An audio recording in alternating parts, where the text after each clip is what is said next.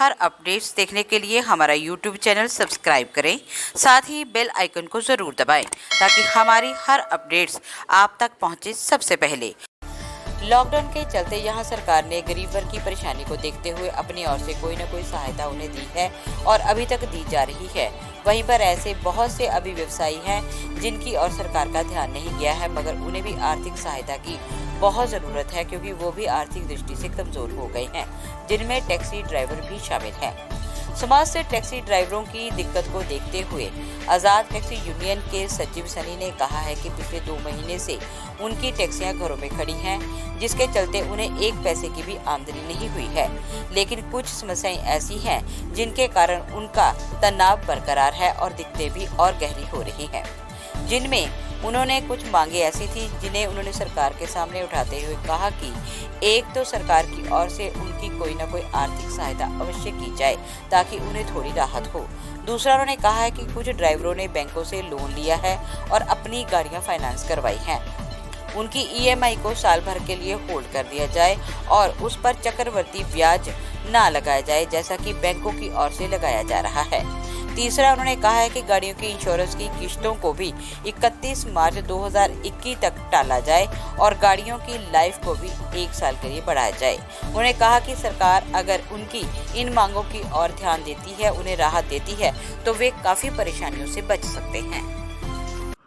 नमस्ते सारे दर्शकों, मैं सन्नी जनरल सकत्तर आज़ाद टैक्सी यूनियन पठानकोट तो अज थोड़े से मौके हैं तो बहुत शुक्रगुजार है मैं न्यूज़ टुडे हलचल का, जिन्होंने सानू ये प्लेटफॉर्म दिता है कि अभी अपनी आ रही परेशानी सरकार तक और लोगों तक पहुँचा सकीए।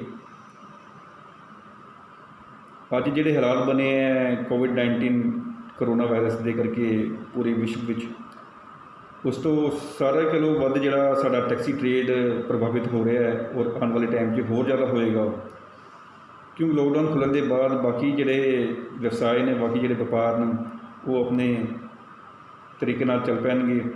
लेकिन साडा व्यवसाय जोड़ा कि पूरा का पूरा देखो फॉरेन टूरिस्ट और NRI के उपर ही डिपेंडेंट है कि बाहरों टूरिस्ट आएंगे तो साडी अपनी रोजी रोटी, साडी गड्डियां साडी चलदियां तो साडी रोजी रोटी निकलती है। वो पूरा 1 साल तक तो फिलहाल कोई सानू उम्मीद लगती नहीं है कि साडी गड्डियां चलणगियां। तो ये मद्देनज़र साडी सारी टैक्सी ड्राइवरां की सरकार अगे थोड़े चैनल के माध्यम नाल अपील है, मंगा हैं और अही उम्मीद करने कि साड़ी आवाज़ की सरकार तक जरूर पहुँचाओगे। साड़ियाँ मुख्य 5 मंगां जिहड़ियां सरकार को चाहते हैं। पहली मंग जिहड़ी सरकार ने पिछे जी गाइडलाइन जारी की सी सारे बैंकों को कि EMI होल्ड करने वास्ते, तो साड़ी यही पहली मंग सरकार आगे है कि साड़ी जिहड़ी गड्डियां दी EMI है वो घट्टो घट्ट 1 साल वास्ते होल्ड की जान, तो नाल जिहड़ा सानू डबल ब्याज, जिहड़ा बैंक सानू डबल ब्याज लगा रहा है उस तो भी सानू राहत मिले। दूसरी साड़ी मंग इंश्योरेंस की है कि साड़ी गड्डियां बहुत ही हैवी इंश्योरेंस दिंदियां, लेकिन हुण जो काम ही नहीं होएगा तो इंश्योरेंस असीं कित्थों देंगे। तो दूसरी साड़ी मंग है कि इस इंश्योरेंस को घट्टो घट्ट 1 साल वास्ते सानू मुक्त किया जाए इंश्योरेंस तो, साड़ी टैक्सी गड्डी इंश्योरेंस नहीं ली जाए। तीसरा साड़ी मंग है कि जिस तरह अही अपनी टैक्सी परमिट गड्डियां का हर साल सरकार नूं हैवी फीस अही देने हैं, permit tax, state tax, road tax, fitness इनके रूप च, तो साड़ी मंग है सरकार अगे कि 1 साल वास्ते सानू ये सारी फीसों तो सानू छूट दी जाए। चौथी साड़ी मंग है कि साड़ियाँ जिहड़ियां गड्डियां हैगी टैक्सी गड्डियां, इनकी एक उम्र, एक लाइफ गवर्नमेंट द्वारा फिक्स की जाती है जी 8 तो 9 साल होंगी है। तो 1 साल साड़ा जोड़ा एक कोविड-19 कोरोना वायरस के करके सानू बहुत ही ज़्यादा औखा लग रहा है। तो साड़ी यही मंग है सरकार अगे कि घट्टो घट्ट साड़ी परमिटां की जी लाइफ है 1 साल बढ़ाई जाए, जिस कारण कि साड़ी जी टैक्सी गड्डी परमिट, जिस टैक्सी गड्डी को ही परमिट पाया है, साढ़े अपने पैसे की भरपाई हो सके आने वाले सालों में।